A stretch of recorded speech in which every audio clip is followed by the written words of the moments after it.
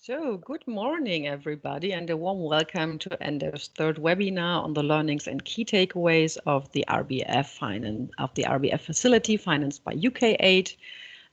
Today, we will dive into the guiding theme of accelerating the off-grid appliance market with RBF, eCooking, and energy efficiency. This webinar is the third in our webinar series and embedded in a larger learning agenda, offering interesting insights into implementation of RBF projects in the energy sector. My name is Barbara Richards. Some of you might know me by now. I am a team leader at the Energizing Development Program, and it's my pleasure to be your moderator today. So before we start and go into the topic of today, I would like to share some housekeeping on the meeting. First of all, I would like to inform you that this meeting is being recorded and uploaded to our EnDev website after the session. I have some background noise. So anybody who's not muted, please mute yourself. Perfect. Thank you very much. This meeting is being recorded and uploaded to our website after the session to enable as well people who have not been able to participate to as well look into the presentations and the speakers' inputs. By continuing to be in the meeting, you are consenting to be recorded. In addition, please allow me to share some brief housekeeping information, and we have had the experience right now. So to enable a smooth webinar, please ensure you're muted and switch off your video to not overload internet connections around the world of our participants. We will collect questions via the chat box, which you see indicated here under point 3 and 4. We will collect that questions, and we are going to have first questions to clarify on the content of the various presentations right after the presentations.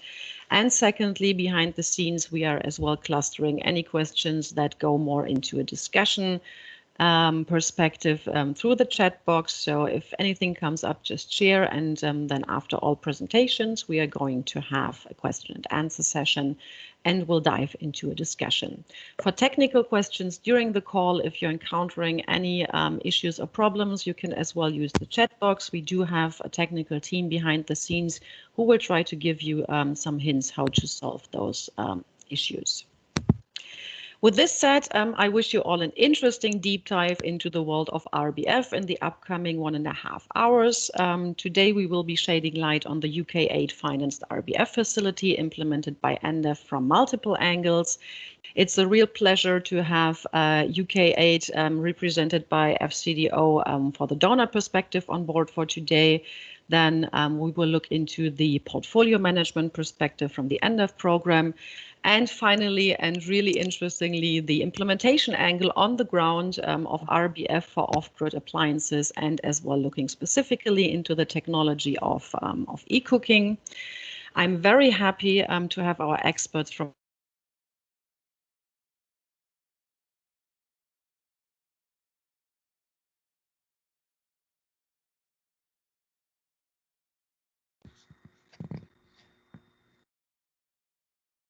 you can still hear me. Hello, I think I was gone for a second. This is real-time live, so sometimes as well we in Germany have internet connection problems. I hope this will not happen again. Now I have the pleasure to hand over to our dear colleague Philip Mann, who has been with us from the British side of UK Aid for quite some time. And I would now like to give the floor to Philip Mann, Senior Energy Advisor from the Foreign Commonwealth and Development Office, FCDO. Phil, the floor is yours. Thank you very much, Barbara. Delighted to say a few words.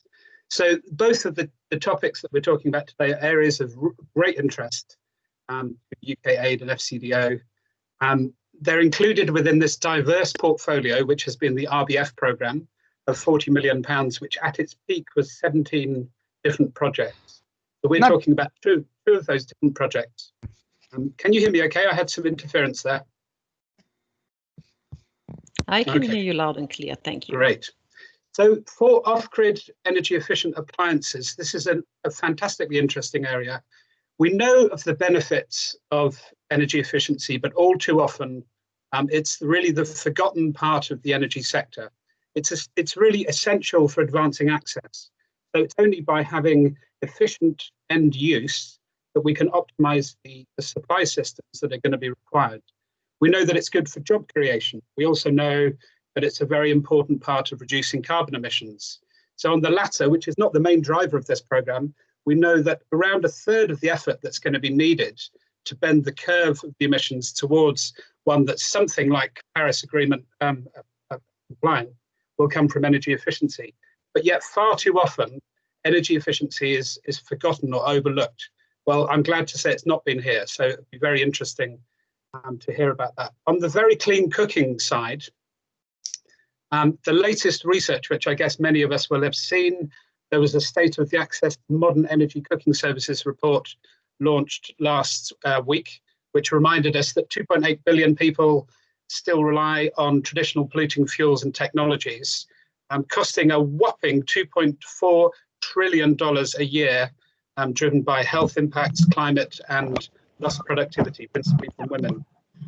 And the report also found that the number has actually increased, and that 4 billion people lack access to these modern energy cooking services. So this has never been so important. And in particular, at a time of the current pandemic, we know that the impact of disease progression is heavily impacted by poor air quality. So never has the topic of clean cooking been more important, and we really need to up the pace as an international community where we need to be by 2030. Let me make a few introductory remarks about UK aid. Many of you will know that the UK is committed to doubling its international climate finance to at least £11.6 billion over the next 5 years. So that's starting from next April. A large or a significant chunk of that will be for energy and clean energy. And part of that is for something called the Ayrton Fund, which was announced last September and is an example of the UK's international climate finance investment. So the Ayrton Fund is for research, development and demonstration, and it's going to be a fund of over £1 billion of aid funding for clean energy R&D. So that's a doubling of the UK commitment to clean energy R&D. Both of the topics that we're going to discuss this morning have been topics of great interest for UK aid and have been supported under the RD&D programme and complemented with support, as we're going to hear later, through the RBF programme. So let me say a few words about the support that's come so far through the RD&D programme. On the appliances side, if it has invested £40 million through the Low Energy Inclusive Appliances programme, we know benefits that super efficient LED technology brought to global lighting, enabling the light to be provided 10 times over traditional technology, so 10 times more efficient over traditional technologies, which means the supply technology has to be relatively much smaller. But still to date, there's a significant investment focus on renewable generations, I think to the detriment of energy efficiency. So I'm very pleased to see that through our RD&D programme, as well as the RBF programme, we're looking to redress that balance in the off-grid space.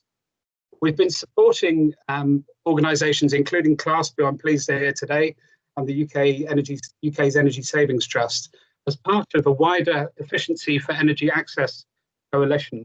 And this is to support technology development and innovative business models, really to bring the next generation of energy efficiency technology to market. And we're talking here about fridges, fans, TVs, water pumps, and others. A significant part of this has been through awards programs, and in particular the Global Leap Awards, which we're going to hear something about. And these have been very important to drive innovation and performance in these really early stage markets, while at the same time building up early commercial and market capacity, which is so critical. In the very clean cooking space, DFID is also providing a substantial RD&D investment of £39 million through the Modern Energy Cooking Services Programme, MEX, which works on technology, business models, and the people side of the issue to push genuinely clean cooking. And we're talking here principally about electricity and LPG. So the MEX programme works through a challenge fund, It works on technology development, on building the capacity of the private sector, very importantly, on changing the narrative, because cooking is one of those areas where it's the narrative is absolutely critical to changing patterns of behaviour. And more generally, providing the evidence and insights on the drivers and pathways for how we can get from where we are now to genuinely modern energy cooking services. So there's a substantial RD&D effort going into both of these areas, but we recognise that the applied research efforts are a very necessary element in taking forward our efforts on both appliances and clean cooking. They're necessary, but they're not sufficient. So the RBF programme, which is now coming to a close after 6.5 years, set out to test how the results-based modality could be used to take these early stage technologies and really bring them to the market and to scaling up by overcoming the barriers that we know exist in these early stage markets. And the barriers are things like these are well-rehearsed issues.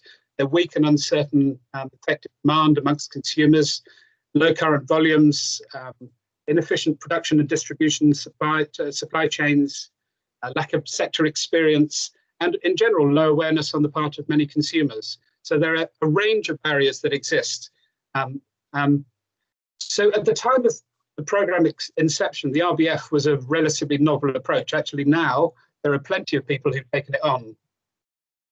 The aim of the programme, in addition to delivering results on the ground, where there's quite an impressive story that I'm sure Barbara will tell you, was to generate learning for all on the use of RBF to inform programmes at the scale we know that's required.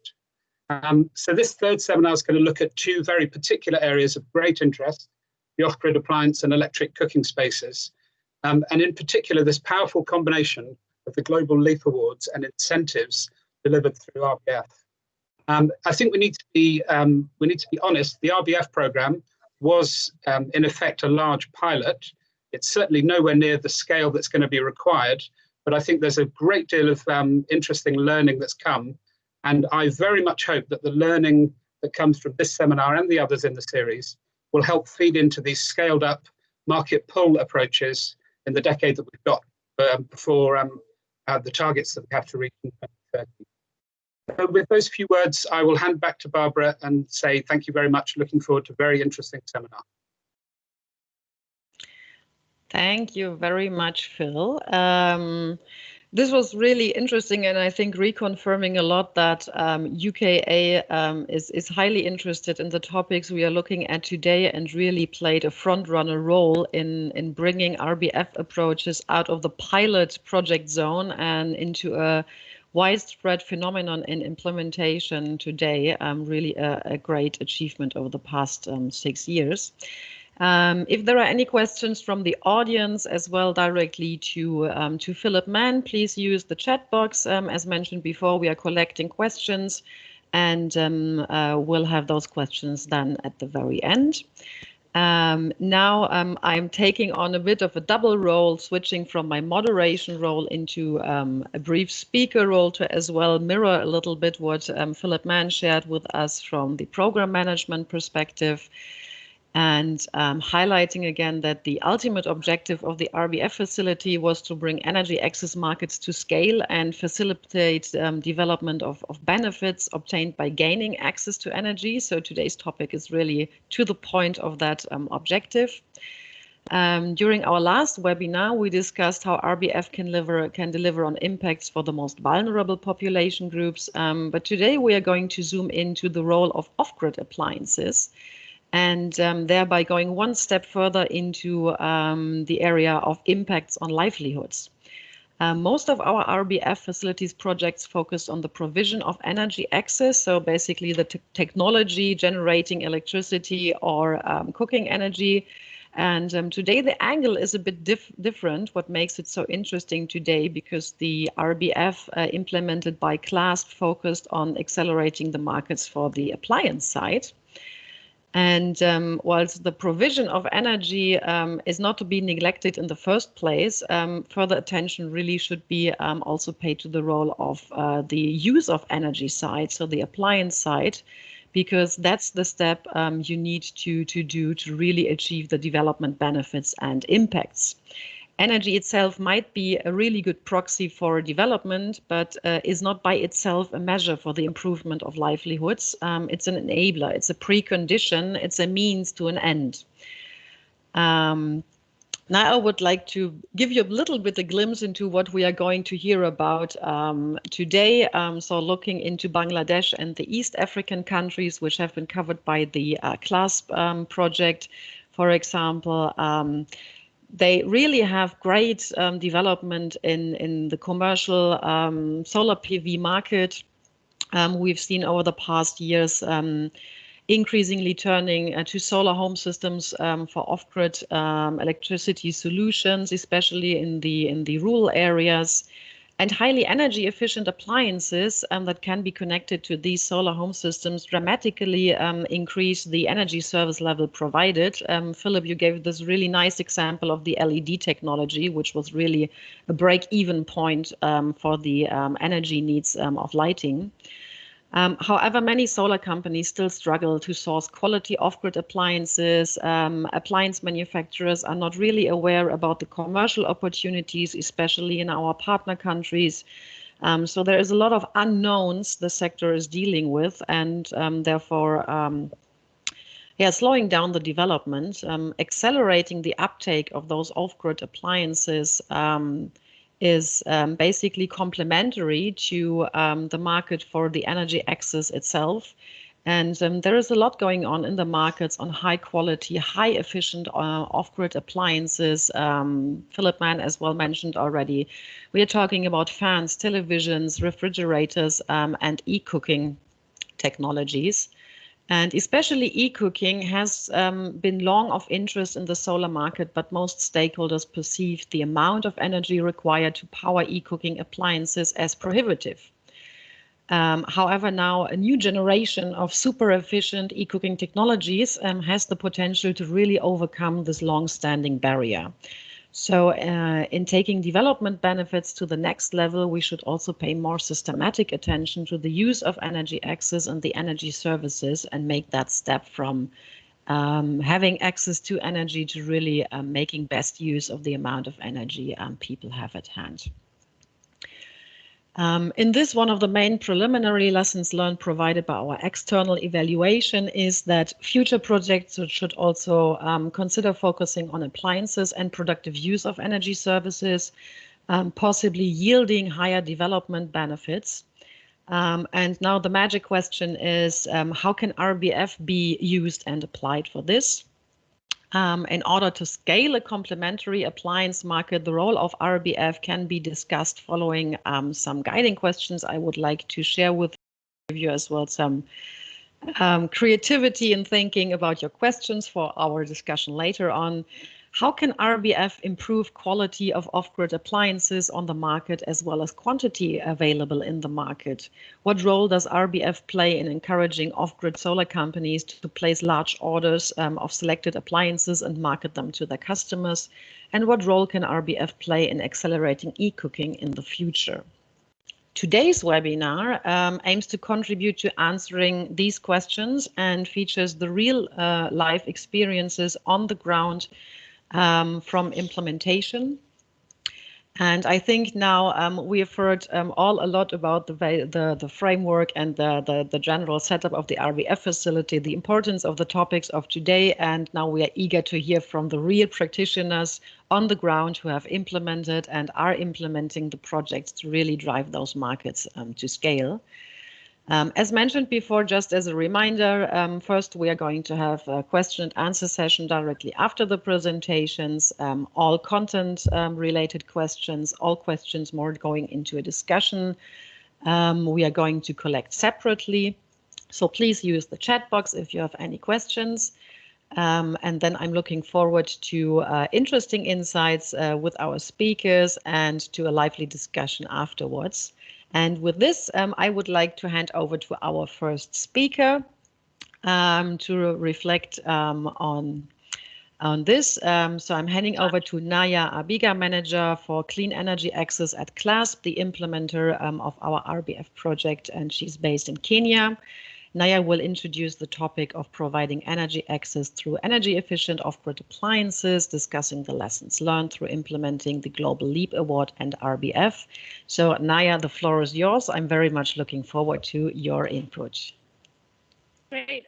Thank you so much, Barbara, and thank you, Phil, for that wonderful introduction as well as good morning, good afternoon, everyone. My name is Naya Abagi, and I work for an international organization called CLASP, and I will be presenting to you today on behalf of the Efficiency for Access Coalition. Next slide, please.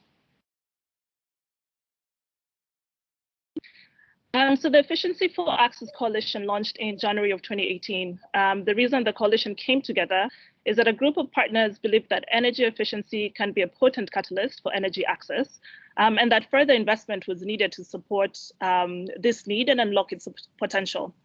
So as you heard from Phil, David has played a huge role in the coalition, and that currently the co-chair of the coalition, together with 15 donor and funding members, 12 program partners, and more than 30 investor network members. As CLASP, we serve as the co-secretariat of the coalition alongside the Energy Saving Trust, a UK organization. And today I'll be speaking to you about the Global Leap Awards program, which is one of the programs implemented under the Efficiency for Access Coalition. Next slide, please. So something that we say often is that nobody buys electrons or solar panels.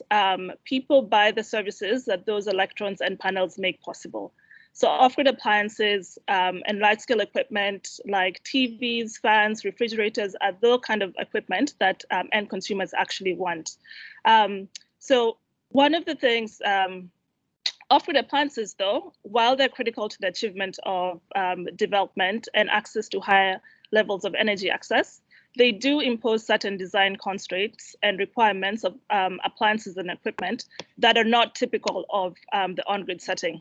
On this graph, as you can see, we have done a lot of work on energy efficiency. And the top graph, you can see with an inefficient appliance, it's going to take significantly more solar panels to power the same appliances than when you switch it up with an efficient off-grid energy appliance. Next slide, please. So this slide further explains the point I was making about efficiency. So we've done a lot of work on design considerations that are needed for off-grid appliances. So things like durability, reliability, and other specific service delivery metrics. But the underlying and most critical consideration is energy efficiency, because it reduces the total amount of electrons that are needed to provide this life services that people are interested in. So when you think about off-grid appliance, you don't just think about an off-grid household, you just don't think about to power that appliance. So this graph is the result of a 2015 analysis that found that super efficient appliances can reduce the total cost of providing off-grid electricity by as much as 50%. Next slide, please. So beyond technological barriers, there do exist a lot of other significant barriers. Phil already mentioned some of these. From the supply side, manufacturing is often happening across the ocean, far away from where the end consumers will actually be using these products. So the manufacturers are not familiar enough with the marketplace to design appropriate market products effectively. And on the demand side, energy service companies are often struggling to identify and source super efficient, high quality and affordable appliances. And then for partners and investors who are looking to support the sector, there's often lack of reliable information that they can use to benchmark product performance and guarantee and kind of provide a guarantee to the investment that is actually going to serve the needs of the end consumers, as well as policymakers, because the markets are very, very nascent. They're often struggling to come up with policies or programs that will lead to great market transformation effectively. So these barriers inhibit the growth of the clean energy access market,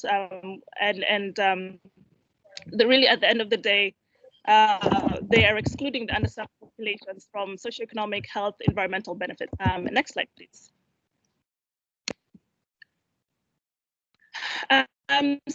So the Global Leap RBF program is a unique initiative that couples product quality verification with bulk procurement incentives for manufacturers and off-grid solar distributors that partner to distribute large quantities of quality verified products.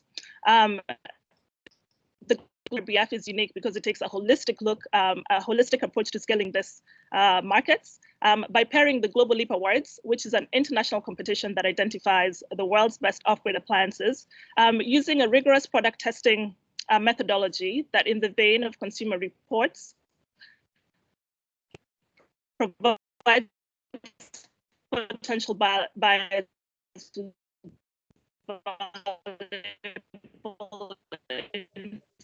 it provides a unique quality assurance services for very unique and nascent product markets. But what we found is that even with a tested product, distributors are still uncertain of their go-to-market strategy and the potential for product uptake. So because of this, they're kind of wary of placing bulk orders, and it results in kind of a chicken and egg problem. Because if you don't place bulk orders, you don't get competitive pricing, and this results in high overhead and manufacturing costs for the supply. And at the end of the day, this also means that consumers are not able to access. Naya, I think your connection and this can help. Naya, can you hear me? Sorry to interrupt you. We cannot hear you so well, so maybe to not lose on the really interesting presentation, I would recommend that you switch off your video. Maybe then your internet connection will be a bit clearer, because it would be a pity if we lose out on your input. Okay. Thanks for that.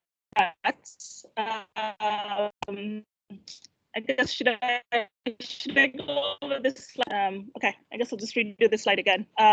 Sorry for that, everybody. So yes, the Global Leap RBF is a unique initiative that couples product quality verification with bulk procurement incentives, providing incentives to both manufacturers and off-grid solar distributors that partner to distribute large quantities of quality verified products. The Global Leap Awards is an international competition that identifies the world's best off-grid appliance in the vein of Consumer Reports, provides potential buyers with valuable information about the extent and quality of available devices. The testing process, in a sense, therefore provides unique quality assurance services for nascent product markets. But what we found is that even with a tested product, distributors are still very uncertain of their go-to-market strategy and the potential for product uptake. And as such, they may be wary of placing bulk orders for these new technologies. This in turn leads to low volumes and unsteady purchasing, which is kind of this chicken and egg problem where low volumes without bulk orders, they're not able to get competitive pricing. And this results in high overheads and manufacturing costs for the suppliers. And in turn, end consumers are not able to benefit from affordable products. So because of this, we pair the Global Leap Awards with RBF incentives, and the incentives are designed to mitigate real and perceived financial risks, and in turn catalyzing large-scale procurement that can help distributors launch and scale new product lines on a much faster timeline than they would under normal market circumstances. So these volumes will are purposed at helping them achieve economies of scale and eventually bringing down production costs, which in turn will lead to a more affordable product for the end beneficiaries. This for several years by several donors whose logos you see here. And through UK Aid has played a huge role in the RBF incentives, supporting it for since 2016. Next slide, please. And Lita, for Ethiopia, it can happen. So we, for sure, they're not the first.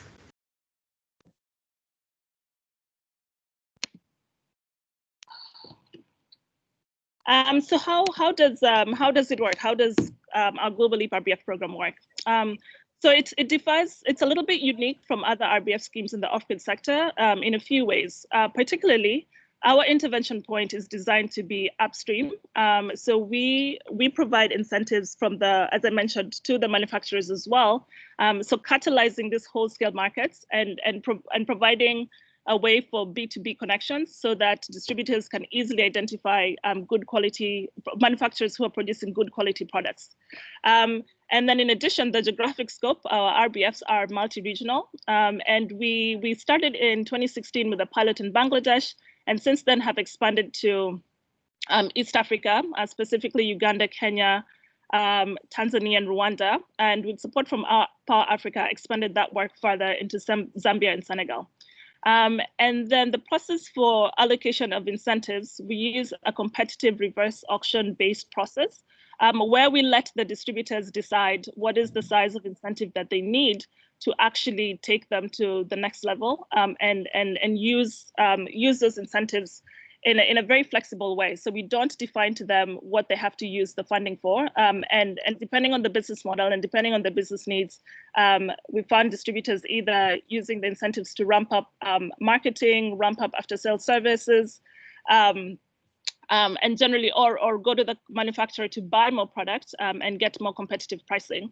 And then finally, the M&E process. So as part of that independent verification process, we work with the independent verification agent to not only confirm that the consumer has bought the product, but using that touch point to get additional insights about how those products are being used by the end consumers, whether they're actually meeting the consumer's needs, what challenges they're facing, and just doing a lot more impact research, building up on a lot more consumer and impact research on the back of the RBF sales.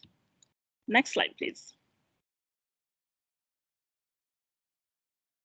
So outcomes to date, as I mentioned, so since 2016, EnDev has played a huge role in supporting the RBF, and we have been able to scale this work significantly over the past couple of years, running 3 increasingly successful rounds of the RBF, and this was primarily for the technologies whose icons you see down there, so off-grid fridges, solar water pumps, TVs, fans. And recently launched an RBF for electric pressure cookers, which my colleague Abby will be speaking about later in the presentation. So since then, we've dispersed over 4 million worth of incentives and supported over 100 participating companies. So these are both manufacturers and distributors. And based on verified outcomes, we have supported incentives to over 265,000 of this life-changing technologies. And this means that over 1 million people have access to modern energy services. Then the project is running till the end of October this year. And so we expect these numbers to be going up a little bit higher. So not as much this year, obviously, due to COVID challenges, but there'll still be a bit more, there'll still be a few more numbers coming up from the current round for solar water pumps, refrigerators, as well as electric pressure cookers. Next slide, please. So as I mentioned, we using that independent verification process to do additional consumer insights, we have partnered with 60 Decibels, and 60 Decibels are a consumer insights organization, and they have supported us through this work by conducting customer interviews to get more information from consumers within 30 days of the consumers buying the product, and then oftentimes we go back within about 6 months of the consumers having had the products, just to get more additional nuances about the replacements that these products are having in their lives, if there's anything particular in their homes that has changed. So in Bangladesh, based on a survey of 1,600 consumers, we found that super efficient off-grid plants are having a lot of impact beyond the household level. Households reported significant productivity gains after purchasing a solar fan, because now they could do more work indoors because of the cooling. Fans, in addition, reduce exposure to pollution and disease-carrying insects, leading to improvements in health and well-being. And then beyond that, beyond increasing energy access, we also found that they reduce the cost of electricity. And what was interesting in the Bangladesh scenario is where the fans were sold both to off-grid consumers as well as customers who are connected to a weak grid, where they have intermittent access to electricity. So when the electricity would go off, customers would be using their solar fan, or as well as to reduce on the utility bill, they would use the standalone solar home system fan for cooling and the grid electricity connection for other services. So this not only broadened energy reliability, but also enabling them to use other appliances within the household's energy budget. And then from the retailer's perspective, they were quite happy with the program because that Global Leap Awards kind of gives them this certification in a sense. So it increases, it gives them confidence as well as increases the consumers' confidence in their products because of the independent certification, and helps them build their market because now they have a service that consumers actually want that increases the pipeline of sales. Next slide, please. So we've also conducted this work for solar water pumps, and the RBF for solar water pumps, as I mentioned, is currently ongoing. So these are based on preliminary findings of 168 customers. And what we found from this, from the customers who we've spoken to so far, so 46% of them are commercial farmers, and 16% are subsistence farmers. So very similar to a kind of other data that is out there about the target customers for solar water pumps. So a lot of them are still kind of like the higher end solar water pump, higher end farmers. 67% of the customers said that they couldn't easily find a good alternative to the solar water pump they purchased. So the companies are indeed serving underserved customers. And what was interesting is this was the first solar water pump purchase for 85% of the consumers. 44, and what they were replacing, the majority were replacing a fuel or generator pump. 21% were replacing bucket irrigation, which is still very commonplace way of irrigating in sub-Saharan Africa. 62% of those that we've spoken to want to use the pump for irrigation or agriculture use only. So that's in line with the kind of customers who are buying this product. And some of them want to also use it for domestic purposes, so moving water into their households more easily to enable them to use it for domestic purposes like cleaning, bathing, etc. And out of that, though, is there's still, aside of those customers have reported having a challenge with their pump. And this is indeed what we're seeing with larger appliances, right? Because they're not necessarily as plug and play as a solar home system, for example. And there's still quite a lot of customer education that the manufacturers need to invest in. Next slide, please. And then similarly, looking at some preliminary insights from refrigerator customers, what we found is 86% of these customers are living in the village off-grid. 73% of them bought this product for use in business. So because of the price of the refrigerator and the total cost of the energy system required to power it, it's still quite an expensive product. So this is the first target customers are seen as entrepreneurs running small, medium enterprises who can recuperate some income through selling cold drinks and cold beverages that they can use to pay back the product. So 82% are running a small shop. Very few of them had owned a fridge in the past before buying the solar fridge. And of the vast majority who didn't own a fridge, they were using ice in the past to keep things cool. So that where they would typically buy ice from a large trading center, put it in buckets and put the cold beverages in. And the main motivation for purchasing the fridge is to sell cold drinks. They also mentioned that the off-grid fridges are quite reliable, and they want to increase their business and offer new services. So, for example, we know that some shops have increased their product offering to include products like perishables like milk and fruits that they didn't have before, but are able to access because of the cooling service. Next slide, please. Yeah. So yeah, that is it for me. I will pass it back to Barbara. And of course, if you have any questions, feel free to send them my way. Thank you very much, Naya. I have seen many questions popping up, so a good reconfirmation that this topic is really of high interest and people's thoughts are circling around these topics.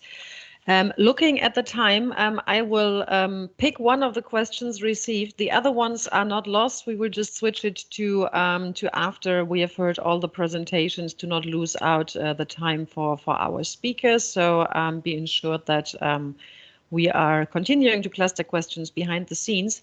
I would like to pick one question which I think is to understand the approach quite important, and that is of the regional focus, knowing that this RBF approach and as well the Global Leap Award is not focusing on one country. There was a question diving into if you can share a bit more about this regional structure of the project and specifically how did you or did you at all influence whether manufacturers use the RBF incentives to facilitate sales to one or multiple countries? Was that left open? How did you steer this regional portfolio? And if you have any data at hand on this regional share, that would as well be lovely to share with the audience. All other questions, be ensured they are not lost. We will continue clustering and then take them up at the end. Sure. Yeah, thank you for that question. And so what we found with nascent products, because oftentimes distributors are still not buying them at a scale that's quite competitive. So opening it to a regional approach from a manufacturer's perspective, then that way they kind of have more demand in one region and see it as like a more competitive market for them to focus on that way. So it opens them up to more distributors. It opens them up to a wider market. And as well, from a distributor's perspective, there are companies who are operating regionally. And so while they might not have a market in one area, or because oftentimes they're not so sure about the market size in a specific country, so it makes it easy for them to move product between borders if the demand in one country is larger than the other. Because the RBF really is still very much a pilot for them, and they're also still learning through the process. And so, for example, in East Africa, right, because of the East Africa trade agreements, it's quite easy for both distributors and manufacturers to be able, well, let me say relatively easy, to be able to move product within the borders. Okay, thank you, Naya. We are going to take up the other questions and continue clustering if there are similar questions as well for the other presentations for our discussion at the end. And with this, I would now like to invite us all to stay in the appliance sector in East Africa, but shifting to exploring market barriers and emerging opportunities for cooking with electricity. I would therefore like to invite Dr. John Leary, a research associate with the Loughborough University.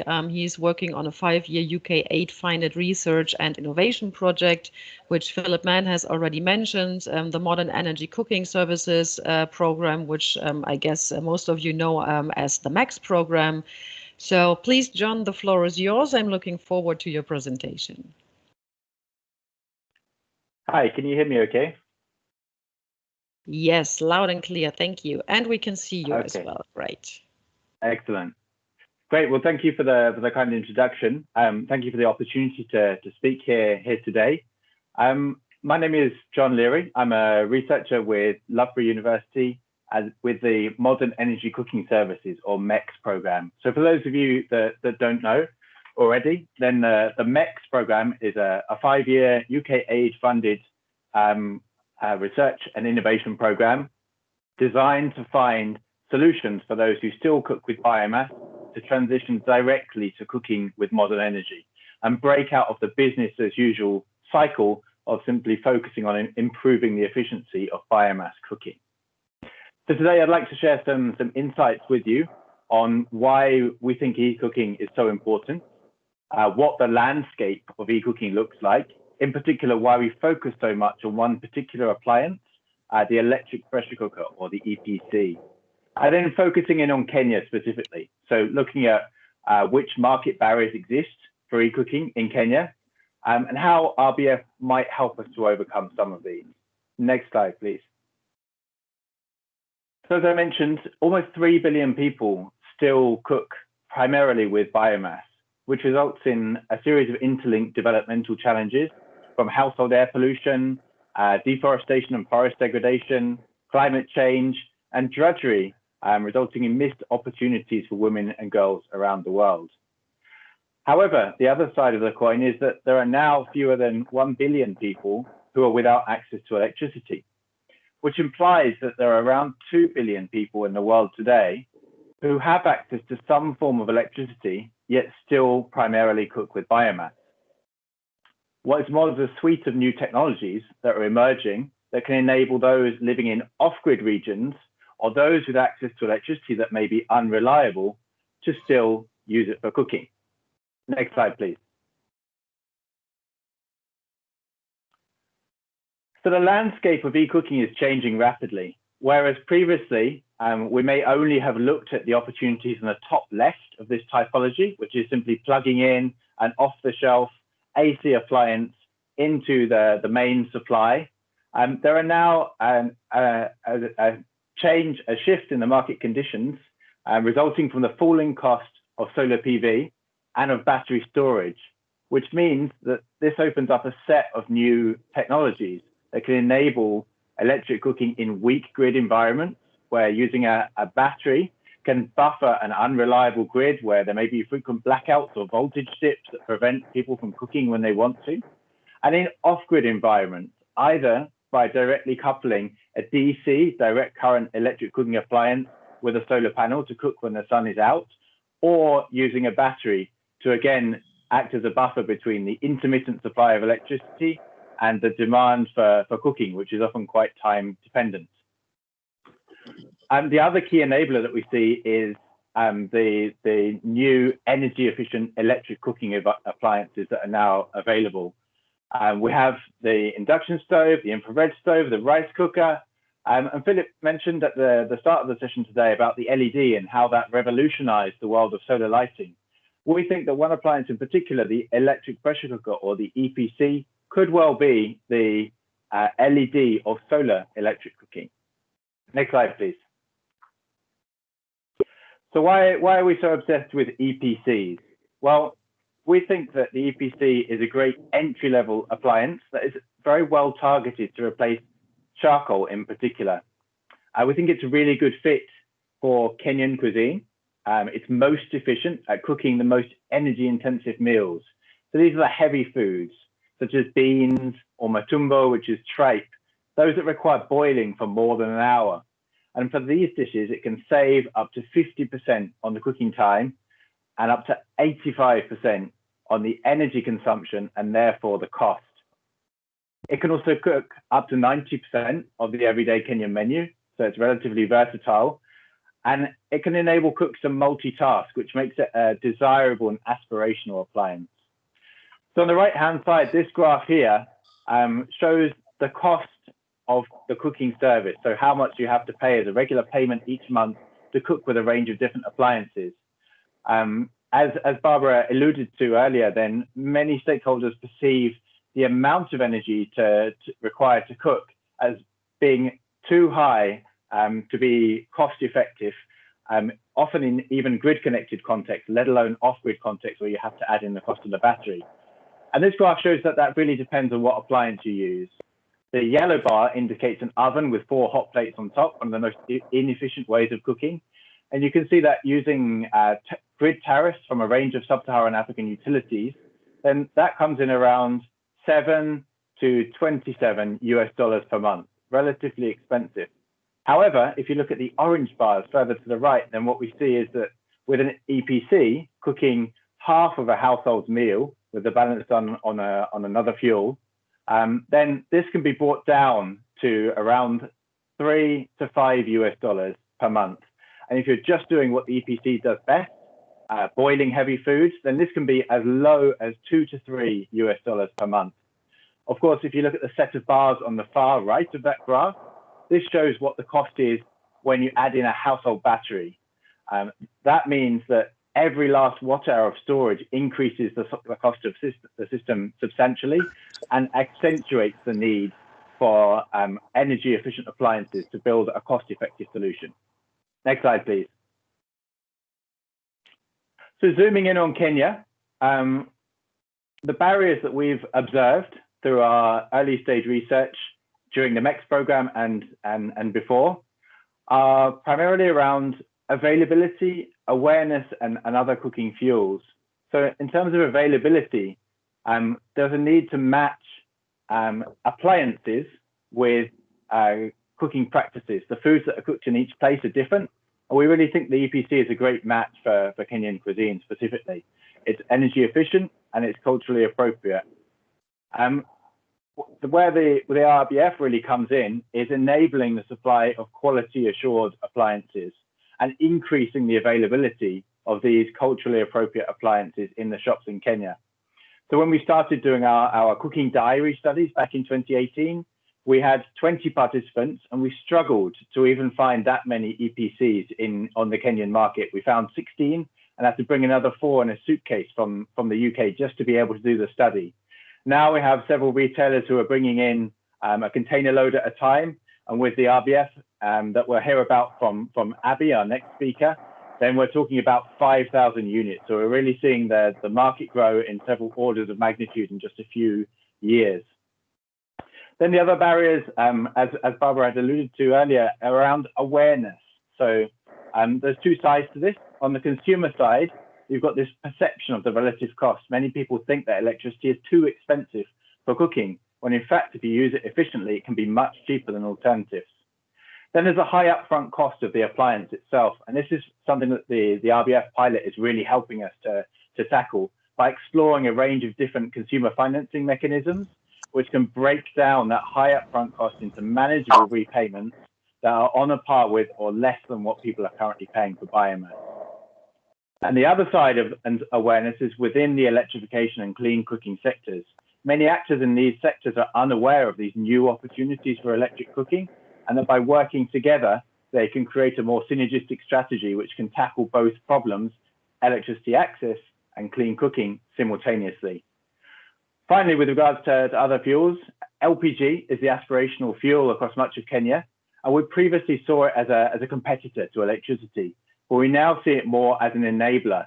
The two fuels can enable many households to move towards a clean fuel stack where you have the manual control of LPG for specific dishes like chapati, for example, and then you have the automatic control of the EPC where you can put your food in, press the button, and go away and multitask. Next slide, please. So I think the next slide is going to be we've missed out a video, which unfortunately weren't able to share with you today. But I think Sarah is going to post a link into the chat, so those of you that are interested can look afterwards. In fact, I've seen it's actually added onto the slide here as well. So what this video was summarizing was the opportunities that we see for electric cooking in Kenya and how we're trying to overcome some of those barriers on the previous slide. Kenya Power, the national utility, is embarking on a big program of stimulating demand for the surplus electricity that they have on the grid, which also includes cooking with electricity. We've been engaging with food bloggers to try and position electric cooking as an aspirational proposition, raising awareness of the fact that you can cook the same delicious food and save time and money at the same time. We've been carrying out live cooking demonstrations so people can taste that food themselves. And we've been broadcasting on national TV. And we've developed a cookbook, which you can also find at the MEX website, mex.org.uk, highlighting the opportunity for cooking heavy foods on electric pressure cookers. And this has now expanded into a series. We have 2 more, a Tanzania e-cookbook and a cookbook published by a Kenyan food blogger, Jikoni Magic. And there's also a range of new products, which Phil at the start of the session today alluded to. We have a range of challenge funds, including Bern, who are building an EPC designing an EPC to be manufactured in their factory in Nairobi, and Kenya's world-leading pay-as-you-go solar industry, who are exploring DC EPCs, companies like M-Copper, Scode, and SunCulture. So thank you for listening today. Thank you to EnDev for the opportunity to share these insights with you. A quick plug for our new report, The Cost of Cooking with Electricity. This has just gone online in the last couple of days. We haven't even launched it yet, but for anyone who would like to have more information about the topics that I've been speaking about today. You can find it on the World Bank Open Knowledge site, and I will post a link directly to it in the chat. Thank you. Thank you, John, for this really interesting presentation. I have seen many questions come in and some technical problems which are solved behind the scenes. So we are clustering and questions behind the scenes, and I've seen really interesting ones coming in, going into the direction of what's the impact on household level sustainability questions in terms of market development, and as well behavioral change as we are tapping into a traditional cooking sector and how to bring about changes as well in how people perceive technologies and the food they can cook. So those ones are behind the scenes for our discussion later on. As we have not seen direct questions in terms of understanding your presentation, John, we will proceed directly to look into the implementation side of the eCooking topic with our last presenter. So our last presenter is Abigail, and she will talk to us about the RBF facilities pilot on eCooking, accelerating the uptake of electric pressure cookers in Kenya. Abigail is the program coordinator for Clean Energy Access at CLASP, the implementer in Kenya, and she will share with us the preliminary learnings from this pilot that we put together this year in really difficult times. So a special thank you here to the team on the ground of CLASP who really managed to make something real and realize a project in difficult times. Really big thank you to you. So Abigail, the floor is yours. Thank you, Barbara. Can you hear me okay? Yes, we can hear you well and see you as well. Thank you. Great. Okay, so I'm Abigail Kuria, and I work with CLASP as well, and I'll be taking you through the early learnings from the RBF pilot for electric pressure cookers. Next slide, please. Right. So as Philip Mann and John Leary mentioned, several billion people are still cooking using biomass. And we know that in Africa has the highest per capita wood consumption due to the need for biomass to support cooking. This further aggravates environmental degradation as well as poverty. A 2019 study by HIVOS and the World Future Council on the opportunity for eCooking to be a viable alternative and complement to cooking with biomass provides evidence on the potential for eCooking technologies to change the landscape. And this quote was pulled from that study.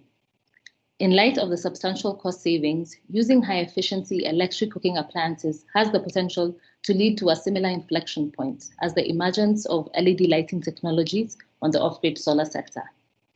Despite this potential, there are still very few EPCs available in sub-Saharan Africa. Next slide, please. So a recent study by the Clean Cooking Association in the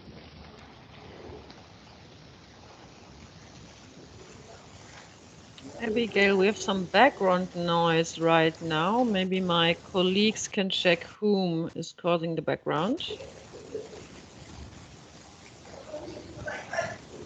Yes, we have somebody who's not muted. There you go. The floor is yours. Thank you. Okay, so a recent study by the Clean Cooking Association of Kenya on the supply and demand of cooking solutions at the household level found that biomass is used as a primary fuel source by 75% of Kenyan households. And we have that even in households where LPG gas is the main source of fuel, many of these households use biomass stoves to cook heavy foods that John mentioned, such as beans and matumbo. And we know that EPCs are, as John mentioned, very efficient in cooking these foods, as they use a fraction of the time, can cook very conveniently and quickly.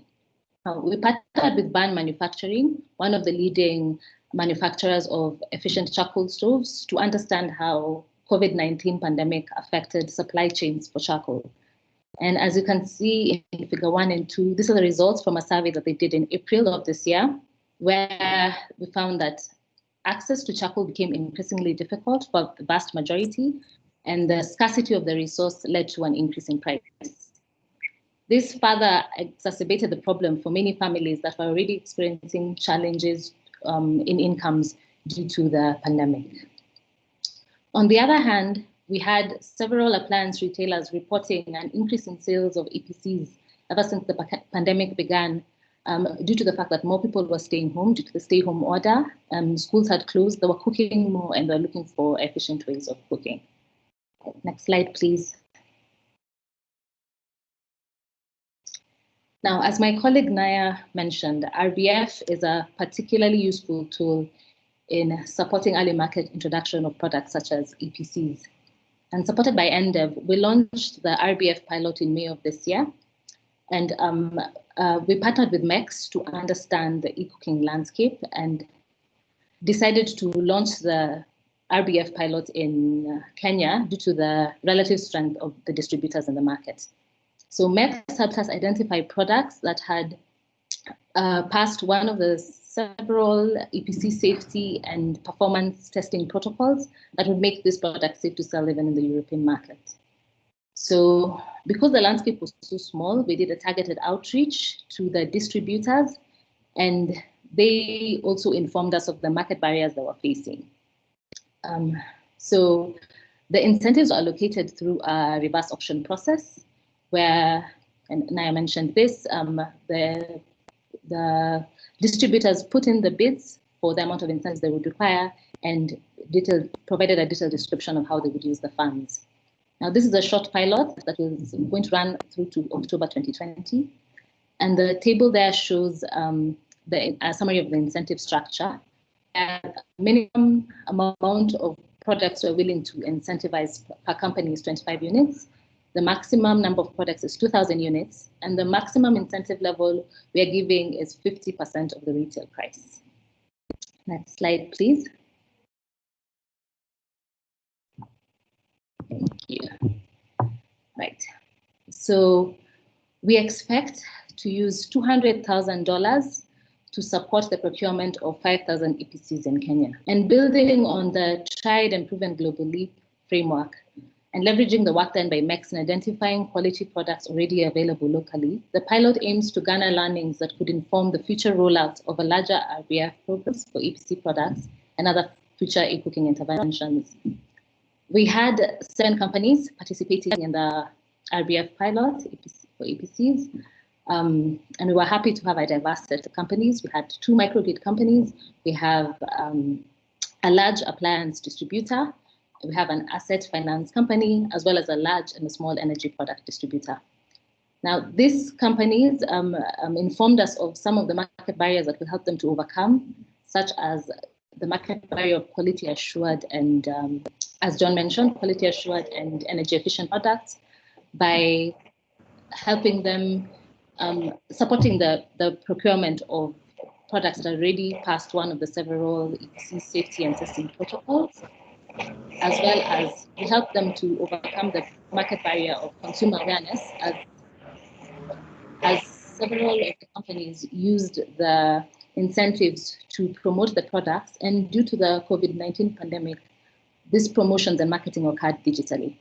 We also help them to overcome the market barrier of high upfront costs, because several of these distributors used the incentives to increase the loan repayment period. We even had one distributor increase the loan repayment period from 12 months to 24 months. Right. Next slide, please. Okay, so as Naya mentioned as well, we partner with 60 decibels to conduct our independent verification to help us verify that the customers have gotten the products. And these are the preliminary learnings from the first 84 customers that are surveyed. The survey is still underway, and we expect that the final report will be published at the end of the year. So we found that 71% of customers are connected to the grid, 24% had a solar home system, and 3% are connected to the mini grid. And 7% of the customers owned an EPC before this purchase. And prior to using the EPC, 48% of the customers were using wood, 41% were using charcoal, and 39% were using LPG. And just of note, this was a select all that apply question. And customers were mainly motivated to purchase the EPC so as to save time. As you can see, 80% of those customers. We have 30% to cook different foods, several others to reduce spending and to reduce exposure to smoke, and a select few to generate income. Now, we urge you all to subscribe to the Efficiency for Access newsletter so that you're made aware once the final report is published at the end of the year. Next slide, please. Right, so in parallel to the Global Leap Award, to the Global Leap RBF pilot, we launched the Global Leap Awards EPC competition in January of this year, and this is the first ever EPC competition. And similar to other competitions, this was to identify energy efficient EPCs in the market and do third-party testing on these products. We also wanted to identify the best EPCs for use in off and mid-grid settings where there's unreliable and intermittent access to power. So we were happy to have 40 product nominations from 15 companies from 8 different countries, and testing is currently ongoing. We expect it to be concluded in end of October, early November. And once this testing is concluded, we'll have an expert panel of judges that will review the results of this lab test, and then they will assess these products for durability, efficiency, service delivery, and once they assess these products, they will rank them. We expect that the awards will be announced in December of this year, and the winners and finalists of the competition will be eligible for up to $200,000 of prize money based on innovation as demonstrated during laboratory and usability testing. And the usability testing will explore how well each EPC in the competition is able to meet the real needs and aspirations of everyday cooks in Kenya. The culmination of this competition will be a catalog that we call the buyer's guide that has a list of all the products that have passed lab testing and how these products compare to the other products in the market, as well as supplier contact information. We urge that all distributors refer to this buyer's guide when making procurement decisions. Sorry. All right. Next slide, please. Okay, so that brings my presentation to a conclusion. My colleague Naya will take you through the resources, and we welcome any questions. Thank you. Yeah, thanks, Abby. So just quickly going through this slide, and through the Efficiency for Access Coalition, it's not easy to go through all of the work that we do in a 20-minute webinar. So we just want to let you know that there's a lot of resources that are available for you. All of the materials that we produce are public goods. So as we'll have a lot more reports for electric pressure cookers as well as solar water pumps and refrigerators coming out in the course the end of this year as well as early next year. So feel free to gain access to those materials through the Efficiency for Access Coalition website. And then as well, we're open to partnerships. We're open to talking deeper as you're kind of designing your RBFs and thinking through some of the more strategic and operational processes. So you can also email us directly to get that. And in addition, if you do find other products, specifically refrigerators, solar water pumps, electric pressure cookers, we do ongoing testing of these products. So if there are any products that are not available on our buyer's guide, as well as the Verisol product database, you can get in touch with us directly, and we can coordinate ways to get them independently tested and verified. Yeah, thank you. Back to you, Barbara. Thank you very much. I think we all now have a really nice overview of this little bit different perspective on the energy access sector. And I guess as well, between the lines, it has become clear what a great partnership we are looking at, where EnDev with the RBF facility is joining hands with CLASP and all the partners supporting CLASP and the Global Leap Awards, then the MAX program coming in So really nice to see how cooperation and creating synergies can work out on such an interesting topic.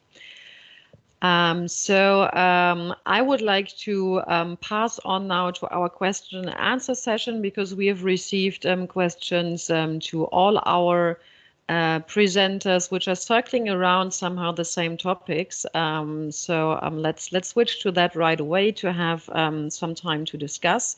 And I would like to start with one question, which somehow is yeah, it's really relevant, because our RBF facility is coming to an end, and of course there is always the aspect of sustainability, and asking ourselves if the approaches we have developed, assuming that there would be a sustainable push into the market. I would like to ask our speakers what their view is on the future perspective and trends you can foresee for the appliances that CLASP has worked on, maybe as well some first indications on eCooking, although this is a pretty fresh topic and only started this year on a pilot scale.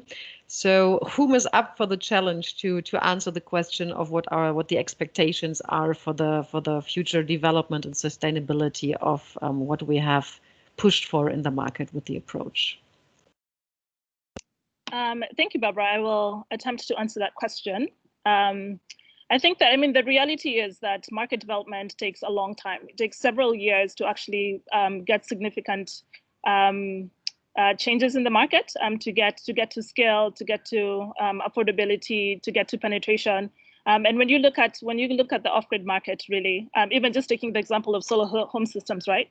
It took quite a long time before the development of PAYGO to get those products to be to start to get to the numbers that we're seeing here, where they're not just going after the low-hanging fruits, who are kind of like the wealthier households, but moving down to more and less of the underserved populations. And so, when you look at that from the perspective of off-grid appliances, these appliances cost significantly more than a solar home system do at this time. So it does take time, but there is, I think, the importance that the RBF does play is that it does help those early mover distributors and early mover manufacturers, creates that awareness and sends that signal that there is a market for these products and there is demand for these products. And those early mover players need to start getting into the market at kind of to start getting the products to a place where they can kind of hockey stick and start scaling. And a good example I can give in our RBF is in 2016, when we launched this EnDev RBF pilot in Bangladesh, we supported procurement of about 12,000 fans. And then between 2017 and 2019, when we did the second round of the RBF for fans as well in Bangladesh, the procurement supported over 160,000 fans, right? So that was significant. And Bangladesh is a complicated market, and there was a lot of learnings and a lot of headwinds, but that just kind of shows you, that trajectory that some products can start taking, but a lot of things need to be lining up, right? You have to get consumer financing, as well as technological improvements, as well as the support that is needed from the supply and demand side to kind of get those things moving in the same direction. Yeah, John or Abby, I don't know if that, yeah. Yeah, thank you. Thank you very much. John, you want to add? Yeah, I could add to that. I actually wanted to link in with Stephen's question, which is about, he noted that it would be interesting to see what percentage of the previous fuels people were using that the EPCs displaced. So I think this is always one of the challenges with any clean cooking solution. Then the acquisition of the new device is just the first step, and the sustained adoption of that device and the percentage of the previous fuels that it displaces are really what we need to achieve in order to have that development impact. So at the moment, the RBF is set up to incentivize the distributors to acquire appliances and to sell them to customers. However, in future RBFs, it will be interesting to explore the possibility of linking some kind of incentive to the usage of the appliance. This is something that is quite difficult to do with improved cook stoves because it requires additional hardware for monitoring. But with electric devices, it's often much easier to do that.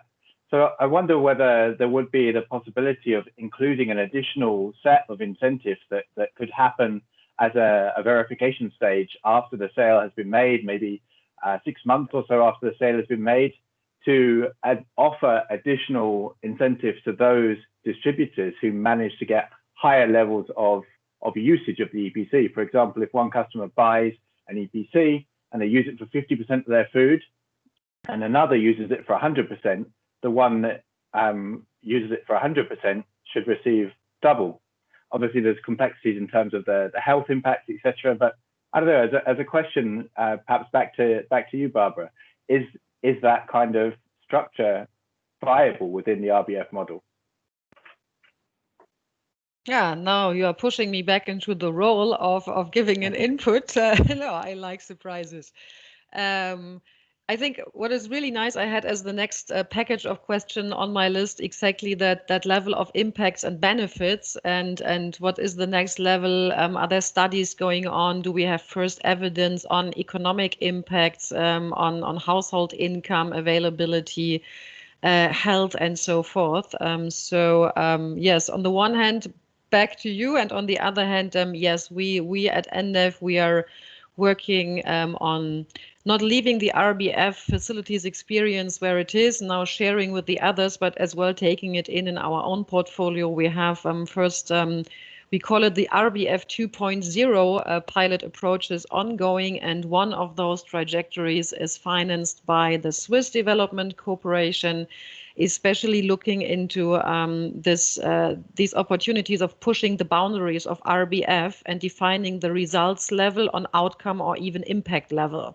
So really incentivizing even more than just the use of the energy device or appliance, but taking it even one step further. Pilot is Kenya, so it's again that very same market which has really good preconditions, and we will make sure to as well exchange on those experiences, offer as well more insights into how that pilot worked out, as well how the monitoring and verification for such an approach will then work. So yes, there is things coming up. We are working on it to continue providing state-of-the-art RBF experiences, lessons learned, and as well the challenges we are encountering when implementing the pilots. But throwing the question back to you guys, on this impact, economic development, health topic. Do you have any evidence at hand? You have all shared lots of as well links and studies going on. Anything you could pinpoint to our audience to find more information? Yeah, there are actually a couple of studies, and to go back to John's question just very quickly. So we supported PowerGen in Tanzania, their microgrid company, on a very, very small pilot for electric pressure cookers. And one of the things that they were doing is trying to reduce the cost of the tariff as a way to encourage more usage of the electric pressure cooker, right? And so that's, I think there are creative ways that an incentive, an RBF incentive could be designed to support that kind of usage, right? Because then there is incentive both from the consumer perspective as to use more of the electric pressure cooker for a lower tariff, and also depending on the time that they're using it, so that the microgrid is able to better predict usage and demand over time. So just in terms of studies on health and impact, on the Efficiency for Access website, if you go to resources, there's a study, for example, that we put out on the benefits of solar water pumps, and this was based off of work in interviewing solar water pump customers in East Africa. And there's a few resources as well available for fans and TVs. The work on the long-term impacts for refrigerators and solar water pumps. So this is ongoing work. And we called back those customers 1 year in, after they'd used their products, because one of the things that we want to see over time, what we want to monitor over time, is not only that initial usage when the product is nice and shiny, but what happens in terms of durability. Is the product still performing as it should be 1 year in? Is if they're having any issues, are the companies honoring the warranties, and is that process easier for the consumers, and how can that, because I've already spent so much incomes on them, and this technology should be lasting, at the very least 5 years. So there's going to be more reports coming out, but the Efficiency for Access website has tons of resources that are available to you. Great, thank you. We have 5 more minutes to go before we will slowly but surely wrap up today's webinar. I have one very specific question on my list, which I think is an interesting angle, and I've been seeing comments already in a discussion through the chat box, and that is basically the key stakeholders involved in the future development of the appliance market. We have been focusing a lot on the off-grid side of the story today. And Philip Mann from FCDO asked, but what about the roles of national utilities, the role of mini-grid operators? Is that an angle that is included? And I do recall the discussions we had as well on the Kenya pilot, that the Kenyan utility was as well one of the stakeholders we looked into. So that would be lovely to share a little bit insight of what's this on-grid and mini-grid side of the story we have not been able to shed light on today due to time constraints. Absolutely. Can I take that one? Sure, go ahead. Sure. So I think it's an excellent question, and something that we are actually already including in that RBF pilot. So we have 2 mini-grid developers. We have RBE Sol and Power Hive, who are selling EPCs to their customers. And the benefit of mini-grid developers, working with mini-grid developers, is that they already have a very close relationship with each of their customers, much smaller than a national utility. And they can often be much more responsive in refining their pricing, as Naya was explaining with the power gen trials in Tanzania. In terms of the national utilities, then yes, we are working very closely with Kenya Power. However, they find it more difficult to get into the business of retailing appliances themselves. They would rather work with a third party and build partnerships with other organizations who can come in and they can take on the financial risk of selling those appliances. What we do see as a key enabler, though, for utilities and mini-grid developers alike, is the on-bill financing mechanism. So being able to include the repayments on the appliance along with the electricity unit payments. And that can make it much more convenient, both for the utility or mini-grid developer and for the consumer, and can make it much clearer how much it really costs to cook with electricity, so that payment on the appliance and the units of electricity can be directly compared with existing expenditures on other cooking fuels. Thank you, Naya. I think I saw you as well unmuting yourself. Do you want to add on what John shared with us? No, John did a great job. Yeah, because we're working very closely together, so his response was great.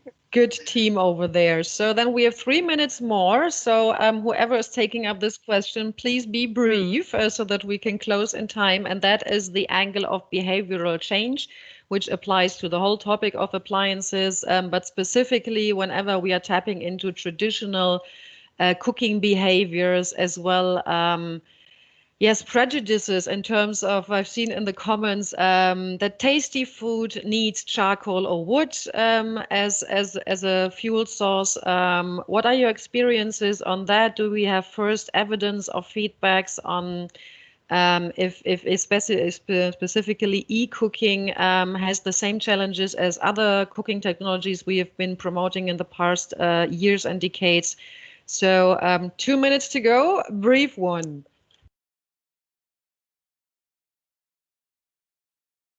I think John is getting ready. Yes. Yeah, I'm struggling to unmute. So yes, we have some really good evidence on that from our cooking diary studies in Kenya. I can put the link into the chat in the closing moments. And what we did was we asked at the end of these trials of 20 households, well, how does the food taste that you cook? And yes, for some foods, then there is a difference cooking with electricity, and some foods don't taste as good, depending on which appliances that you use. But some foods also taste better. So it's very specific. For example, a chapati cooked in an electric pressure cooker, it's probably not going to be very tasty. But matumbo or beans cooked in an electric pressure cooker may well be just as tasty, if not more tasty than cooked on other fuels. Thank you. that was a crystal clear answer. So we do have first evidence. Of course, behavioral change is always a challenge and needs time. But maybe people can be convinced in the near future that some foods that are the typical meals actually taste better. That sounds like a really good trend into the future. So now our webinar is slowly coming to an end, and I want to ensure you that all the questions we have received will not be lost. We will take them up as well as valuable input to feed into our larger and broader learning agenda, which goes beyond these kinds of webinars. We are as well preparing knowledge products. There is more webinars coming up. There is more documentation about the individual projects coming up. So rest assured that it's not going to be lost, but it's a really valuable guidance what aspects are relevant to be shared with the broader RBF community. It has become clear that that RBF can address certain market barriers as well for the off-grid appliance market sector. And the insights from our three speakers really highlighted that the RBF design is context and appliance specific. And I've said these words in the last webinar as well, which as well apply here. There is not the one-size-fits-all RBF approach. Each technology is different. Each country is different. As well, market development stages make a big difference. There are many ways in which the energy-powered appliances can help achieve additional development benefits, and many ways in which RBF can help to build markets for these appliances. And as illustrated by our speakers, there is a vast range of new opportunities coming up for eCooking, but as well for the other appliances, falling costs of solar PV and battery storage, rising costs of biomass fuels shall not be underestimated as well, and increasing availability of really high energy efficient appliances make things possible we could not talk about 10 years ago or even 5 years ago. Using high-efficient electric cooking appliances has really the potential to lead to a similar, let's call it an inflection point or break-even point technology-wise, as we have seen it with the LED lighting technology coming up for the off-grid solar sector. And I believe it has become clear that global renewable energy access markets really need a complementary market for high-quality, super-efficient appliances to reach its full potential and make this step from providing access to energy to really use of the energy and unbundling all those additional services, benefits, and impacts for people. In conclusion, of course, there is various market barriers that are still inhibiting the development of such markets. We are all aware about that. And I'm really happy that today we had a broad range of different perspectives on board for our webinar, from the policymakers' perspective represented by UK8, and as well looking into that investments are still seen as high risky, where RBF approaches can then be building a bridge. We have looked into the appliance and the manufacturers world, mostly international level, and how to bring those products on the ground into the countries, and as well on the energy service companies and those companies working in our partner countries, like, for example, Kenya, and then selling those products to their customers. Yes, we are coming to the end. So as much, I have enjoyed this webinar very much, and I've learned a lot as well. And I hope that as well everybody else enjoyed this really interesting inputs and discussions. I would like to close now our webinar of today. As mentioned before, we will provide the recording of the webinar and the slide deck of all presentations on our website. If you're already part of our RBF mailing list, you will be informed about this so that you have access to that. Otherwise, you can find it on our website. So if you have any colleagues, friends, RBF practitioners and interested people, they can as well see the recording later on. The fourth and last webinar in our series will take place in the end of October. Date and time will be communicated. I really hope to see you all there again. And with this, I would like to express my appreciation, first of all, towards Philip Mann being with us today from FCDO, giving us an insight on the perspective of the funder of UK aid into this journey of the RBF facility, and specifically the interest in the appliance sector and eCooking, as well to our other 4 core donors of the multi-donor EnDev partnership, Germany, the Netherlands, Norway, and Switzerland. And of course, to all our speakers who opened up the treasure of their experiences, of successes, of failures, of pilot stage, of market development stage activities. So really great stories. And I think this was a very nice angle to the energy access story we looked into. And last but not least, as well to our more than 130 participants in this webinar for going with us through this process of learning, of thinking about where we can make use of RBF approaches, where it fits, how to twist the RBF approaches to make them fit the context we are working in. So thank you very much. Hope to see you and meet you again in the 4th webinar, and I wish you all a very good day. Bye-bye.